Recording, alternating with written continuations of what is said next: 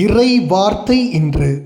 என் ஆண்டவர் இயேசுவில் பிரியமான சகோதரனே சகோதரியே, இன்றைய 2 வாசகங்களும் நமக்கு விடுக்கின்ற அழைப்பு, உறவுக்கு பாலம் அமைப்போம். குற்றம் பார்க்கின் சுற்றம் இல்லை என்று சொல்வார்கள். நாம் உறவுகளில் குற்றம் காண காண அவர்களை தொலைத்து விடுபவர்களாக இருக்கிறோம். பிறரிடம் ஏன் குற்றம் காண்கிறீர்கள் என்று பவுல் இன்றைய முதல் வாசகத்தில் கடிந்து கொள்கிறார். ஒரு பெண்மணி தன் வீட்டு ஜன்னல் கண்ணாடி வழியே பக்கத்து வீட்டுக்காரர் துணி காய போடுவதை பார்த்து தன் கணவரிடம், இந்த பக்கத்து வீட்டுக்காரர் தன் துணிகளை ஒழுங்காக துவைப்பதில்லை என்று குறைபட்டு கொள்வாராம். ஒரு நாள் வந்து சொன்னாராம், இந்த பக்கத்து வீட்டுக்காரர் இன்று திருந்து விட்டார், அவருடைய துணிகள் பளிச்சென்று இருக்கின்றன என்றாராம். கணவர் சொன்னாராம், இன்றுதான் நான் நம் வீட்டு ஜன்னல் கண்ணாடியை துடைத்தேன் என்றாராம். ஆம் அன்புக்குரியவர்களே, அழுக்கடைந்த ஜன்னல் வழியே பார்க்கின்ற போது உலகமே அழுக்காகத்தான் தெரியும்.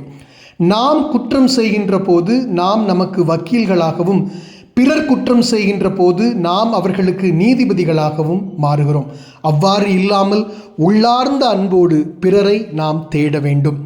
நற்செய்தியிலே ஆண்டவர் நமக்கு மிகவும் பரிச்சயமான காணாமல் போன ஆடு, காணாமல் போன திராக்மா ஓமைகளை சொல்லுகிறார். ஆடு தானாக தொலைந்தது, நம்மை விட்டு ஓடி செல்வது. நாணயம் நாமே தொலைப்பது. உறவுகளில் 2 வகை உண்டு. சில உறவுகளை நாமே தொலைக்கிறோம், சில உறவுகள் நம்மை விட்டு தொலைந்து செல்கிறார்கள்.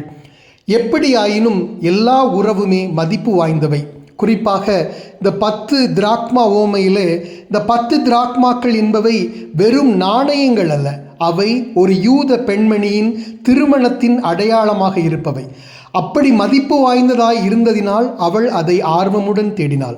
இன்று நாமும் நம்முடைய உறவுகளை தேடிச் செல்வோம். சகோதரர் ஒருமித்து வாழ்வது எத்துணை நன்று என்கிறது திருப்பாடல்.